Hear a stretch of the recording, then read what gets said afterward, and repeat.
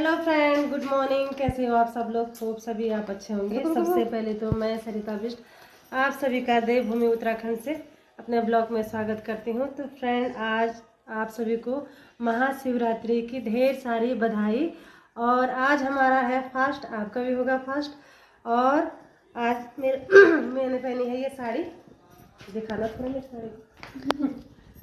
और हम जा रहे हैं अभी मंदिर। और आज मेरी बिटिया रानी ने भी फास्ट रखा है पहली बार। आज अनुष्का ने पहली बार फास्ट रखा है।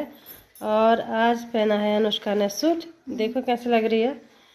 और दीपा भी हो गई है तैयार, और दीपा ने भी पहनी है साड़ी। अब हम जा रहे हैं मंदिर, बाकी की फ्रेंड अभी तैयार नहीं हुए।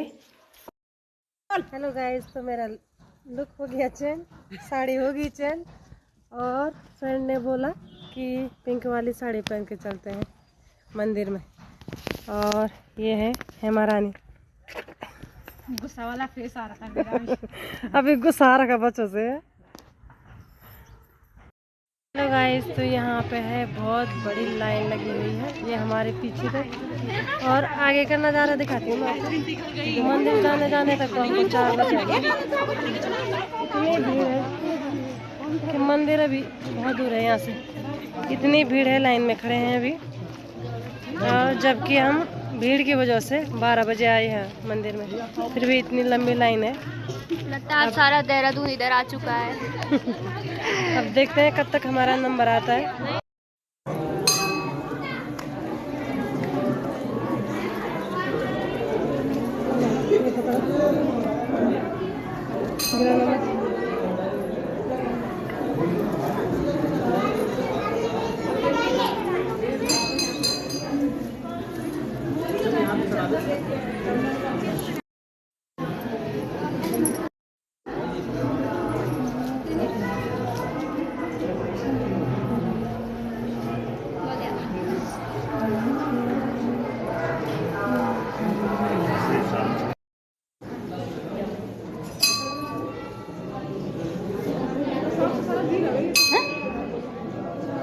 क्या? हाँ बोल दे, अभी बोल। एक बात बोल, एक बात बोलना भूल गया। वहाँ पर बोल दे, चल मैं भी आ रही हूँ। चल यहीं से बोल दे, जा उधर।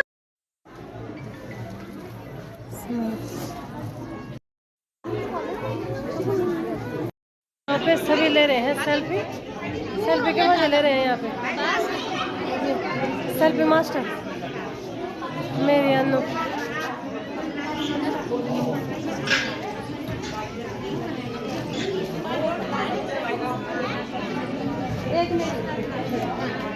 लक्ष्मी के हैं, 2 हाथ श्री नारायण के कंबाइन स्वरूप दिखा रखा है। ये हाथ में ये दिखाया जिसको सुदर्शन बोलते ना, लेकिन इसका शुद्ध शब्द है स्वदर्शन।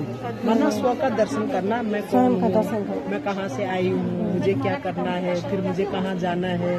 माना स्व का दर्शन करना। शंख बताया, पूजा में बजाते शुभ मानते ना, तो हमारा सबका भी ये मुंह क्या है, शंख है। माने अच्छी चीजें बता रहे, ज्ञान की बातें बता, माना हम शंख ध्वनि कर रहे हैं। फिर दिखाया गदा। गदा बताते जीत की निशानी, विजय की निशानी, कि हमें घर गृहस्थ में रहना है लेकिन विकारों पर विजय प्राप्त करनी है। और ये कमल का फूल बताया कि कमल का फूल क्या होता है, कीचड़ में उगता है, लेकिन कीचड़ उसको से वो न्यारा और प्यारा रहता है, कीचड़ उसको टच भी नहीं उठता। तो परमात्मा ने कहा रहना घर गृहस्थ में है, ये नहीं कि जो तुमने रचना रच रखी, बाल बच्चे उनको छोड़ोगे तो पाप नहीं चढ़ेगी। करना सब कुछ है, लेकिन घर गृहस्थ में रहते हुए सिर्फ हमें विधि आनी चाहिए कि परमात्मा कौन है, वो कहाँ रहता है, उससे हमारे क्या संबंध है, उससे वो उसके क्या कर्तव्य है, उसके क्या गुण है। अगर हमें ये सब चीज पता हो गया तो हम चलते फिरते उठते बैठते कर्म करते भी उसको याद कर सकते हैं। तो इसलिए यहाँ पे ये दिखाया जो 4 हाथ 2 हाथ श्री लक्ष्मी के, 2 हाथ श्री नारायण के। ठीक है, अब यहाँ पे दिखाया। हम पहले सुनते थे कि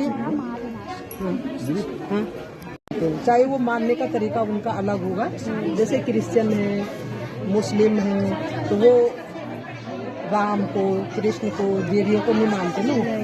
अब यहाँ पे बताया जैसे गुरु नानक देव जी सिख धर्म के संस्थापक, उन्होंने क्या कहा, एको ओंकार निराकार। ये सारा ऊपर के है, तो परमात्मा एक है और वो कैसा है, निराकार है।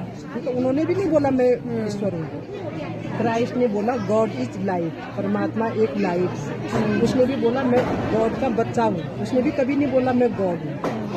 यहाँ पे जापान में क्या करते हैं, 2-3 फुट की दूरी पे एक स्टैंड में शिवलिंग के आकार का पत्थर रखते हैं, उस पर ध्यान केंद्रित करते हैं। माना हम जल चढ़ा रहे, फूल चढ़ा रहे, उनका तरीका अलग है, वो ध्यान केंद्रित करते हैं। ये यहाँ पे मक्का मदीना में जो हमारे मुस्लिम भाई हज करने के लिए जाते, बहुत बड़ा तीर्थ है उनका, वहाँ पे भी बताते हैं कि काले रंग का शिवलिंग के आकार का पत्थर चिना हुआ है। उनकी मान्यता है कि जो उसको चूमेगा वो जन्नत में जाए, माना स्वर्ग में जाएगा।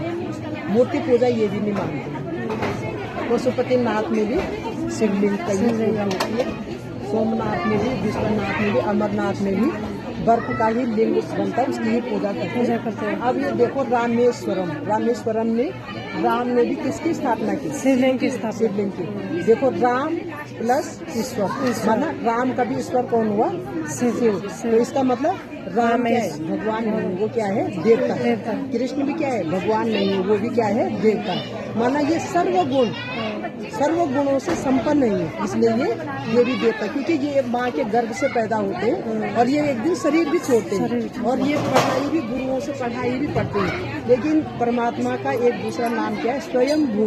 परमात्मा शिव ही एक ऐसा है, उसका कोई माता पिता नहीं है और ना वो माँ के गर्भ से पैदा होता है, उनका दिव्य अवतरण होता है और वो भी अपने आगे वो बढ़ रहा है ना। लेकिन दुनिया वाले अभी जो है घोर कुंभकर्ण की नींद में सोए हुए हैं। इतनी बड़ी खुशखबरी दी कि हम भी पहले सोचते थे कि एक आत्मा जो है 84 लाख योनियों में जाती है, फिर वो मनुष्य योनि को प्राप्त करते हैं। लेकिन परमात्मा ने कहा कि एक आत्मा सिर्फ 84 जन्म लेती है, अधिक से अधिक, और कम से कम 1-2 जन्म भी ले सकती है। और मनुष्य ही बनता है, हाँ, चाहे वो मेल बने फीमेल बने, लेकिन वो कोई कुत्ता, बिल्ली, कीड़ा मकोड़ा कुछ नहीं बनता। अब मान लिया किसी ने बहुत बुरे कर्म करे हों और वो कुत्ता बिल्ली बन गया, ठीक है, सांप बन गया, बिच्छू बन गया, तो उसको तो नहीं पता ना कि मैंने कुछ ऐसे गलत कर्म किए कि जो मेरे साथ ऐसा हुआ। एक मनुष्य ही बुद्धिजीवी प्राणी है, सर्वश्रेष्ठ प्राणी है, जो इस तरह सोच सकता है। अब देखो किसी के जीवन में कोई पेट से ही अपंग पैदा हो रहा ना, वो पैदा हो रहा तो उसके साथ वाले और भी तो दुखी हो रहे हैं ना। किसी के साथ कैसी कैसी घटनाएं घट रही है ना। मनुष्य ही बनता है, जैसे आम का बीज होता है ना, तो आम की गुठली बोएंगे, अमरूद तो नहीं होगा ना, आम ही तो होगा। गेहूँ बोएंगे तो धान तो नहीं होगा ना। तो जो जिस चीज का बीज है वो वही बनता है, ठीक है। फिर यहाँ पे बताया सबसे पहले आता है सतयुग में जो है 8 जन्म, सूर्यवंशी घराना, 8 पीढ़ी चलती है। और ये राधे कृष्ण है, यही स्वयंवर के बाद में लक्ष्मी नारायण बनते हैं। देखो लक्ष्मी नारायण का आपने बचपन कभी सुना? नहीं सुना ना? पढ़ा कभी लक्ष्मी नारायण का बचपन? नहीं सुना ना? सिर्फ जवान का ही देखा। हाँ, है ना। तो इनका बचपन का जो है ये राधे कृष्ण है, स्वयंवर के बाद यही लक्ष्मी नारायण बनते हैं। और यहाँ पे जो है 16 सूर्यवंशी घराना है और 8 पीढ़ी चलती है, इसलिए बोलते हैं जन्म अष्टमी। माना श्री कृष्ण के 8 पीढ़ी चलती है। और 9 लाख जो शास्त्रों में बोलते हैं 9 लाख देवी देवता, तो 9 लाख से यहाँ जो जनसंख्या होती है वो क्या होंगे, वहाँ पे देवी देवता होंगे ना। और यहाँ पे कोई दुख अशांति नहीं, शेर गाय बकरी भी एक घाट पे पानी पी रहे, और यहाँ पे सोने के महल होंगे। बच्चे तंग कर रहे, बेलन से मार रहे, बच्चे झगड़ा कर रहे, उनके युगल जो है वो शराब पी रहे। तो ऐसे ही जैसे कोई भाई गया, बोला रे यहाँ पे क्यों हल्ला हो रहा है, बोला आप लोग पूजा पाठ नहीं करते? बोला हम तो 2-2 घंटे पूजा पाठ करते, व्रत भी लेते। बोला इतना करते हो, उसके बाद भी तुम्हारे घर में इतनी दुख अशांति, तो इसका मतलब तुम्हें परमात्मा का सत्य परिचय है ही नहीं। तो वो बोलते चलो हमारे साथ चलो, हम आपको ज़्यादा समय नहीं, आधा घंटा आप बोल दो, 7 दिन हम आपको परमात्मा का सत्य परिचय बताते हैं। सेंटर पे लेके जाते हैं, उनको 7 दिन का कोर्स कराते हैं।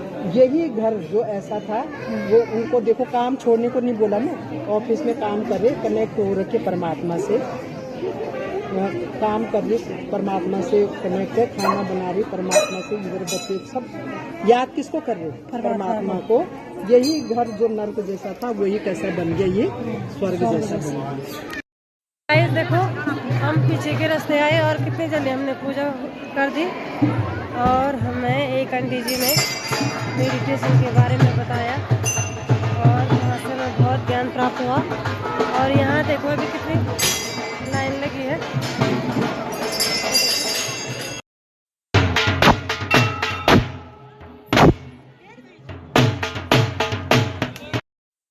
तो अब चलते हैं हम घर पे।